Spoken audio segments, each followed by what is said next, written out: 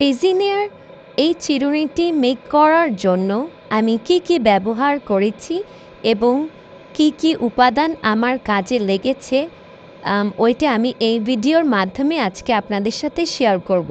তাহলে দেরি না করে শুরু করি চলেন।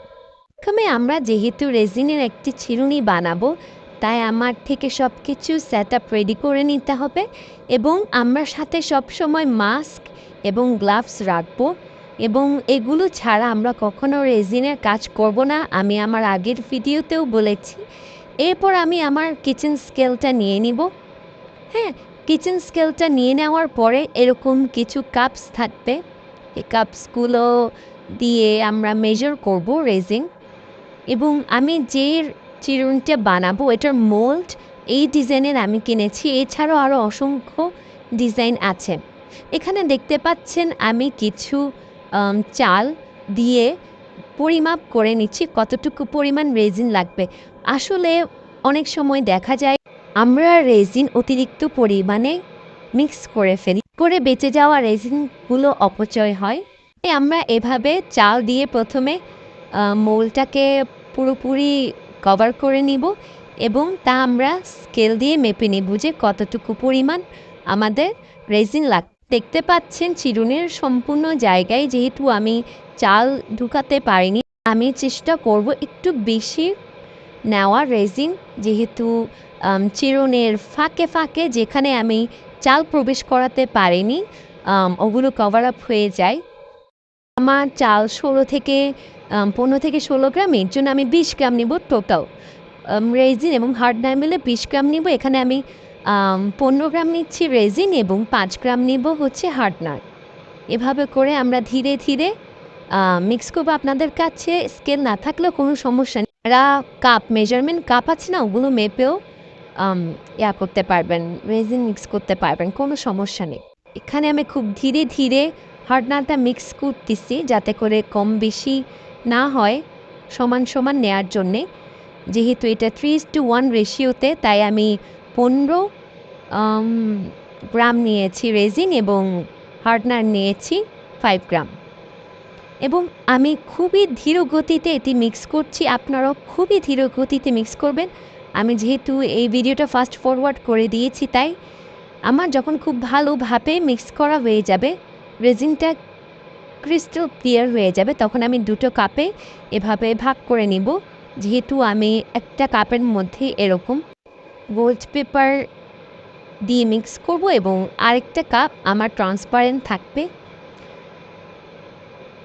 আমি বেশ কিছুটা পরিমাণ নিয়ে নিয়েছি গোল্ড পেপার, কারণ আমি আজকে বেশি ইউজ করব গোল্ড পেপারগুলো।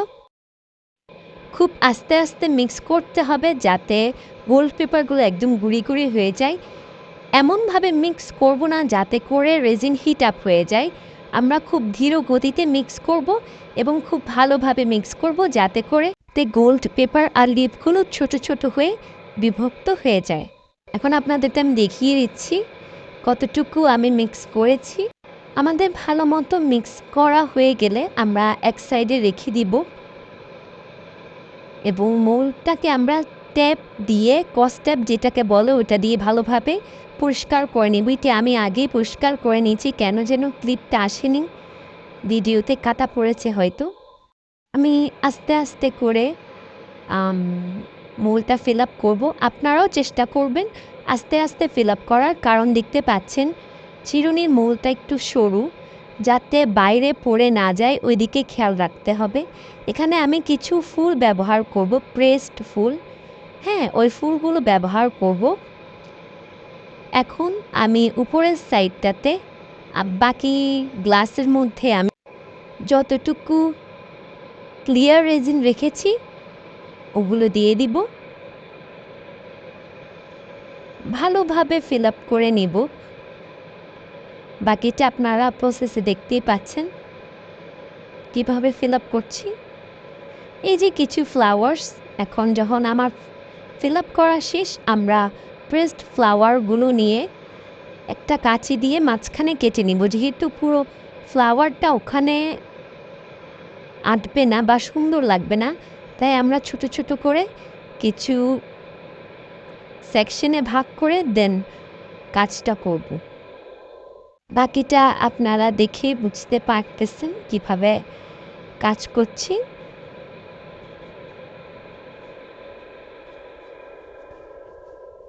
আমি কিছু আম ইয়েলো কালার ফ্লাওয়ারগুলো নিয়েছি।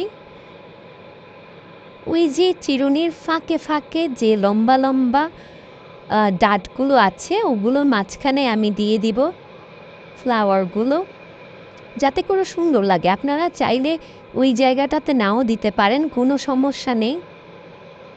এটা সম্পূর্ণ আপনাদের উপর ডিপেন্ড করে আপনারা কিভাবে চিরুনিটাকে সুন্দর করে সাজাবেন।